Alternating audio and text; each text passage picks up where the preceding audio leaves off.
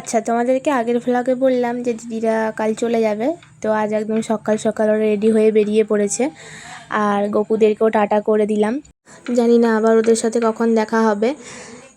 আর এদিকে আমার অবস্থা দেখো, নেল কাটার দরকার পড়ে না, দাঁত দিয়েই অলরেডি সব নখ আমার কাটা হয়ে যায়। মানে খেতে থাকি, এত কিছু খাবার খাওয়ার পরেও খিদে পেলে তখন নখটাই খায়। এই নিয়ে জননীর সাথে আমার অনেক তাণ্ডব হয়ে গেছে, তবুও আমি ছাড়তে পারিনি। তো আজকেই দেখছিলাম নেল পালিশগুলো সব নষ্ট হয়ে গেছে, সেগুলোই লুকিয়ে লুকিয়ে ফেলে দিলাম।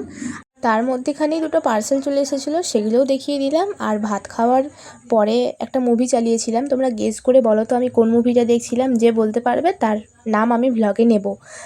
আর দুপুরের মেনুতে কী কী ছিল সেগুলো তো দেখেই নিলে। সন্ধেবেলায় দুই দিদির সাথে বেরিয়েছিলাম একটু কালী মন্দিরে। সন্ধেটা বেশ একটা বাড়িতে বসে বেরোচ্ছিল না, তাই সেই মতো একটু মা কালীর দর্শনও করে এলাম। আর সাথে আসার পথে ফুচকা পেট পুজো করে নিলাম। তারপর দিদি বলল চলো আমার বাড়ি থেকে একটু চা খেয়ে আসবে। আচ্ছা, তোমরা এই জায়গাটার কথা তোমাদের মনে পড়ছে? হ্যাঁ, আগের বছর দুর্গাপুজোতে আমরা এখানেই নাচ প্র্যাকটিস করেছি। যারা যারা আমার ভ্লগ কন্টিনিউ দেখো তারা জানোই। তাহলে আজকের মতো ভ্লগটা এখানেই শেষ করছি, টাটা।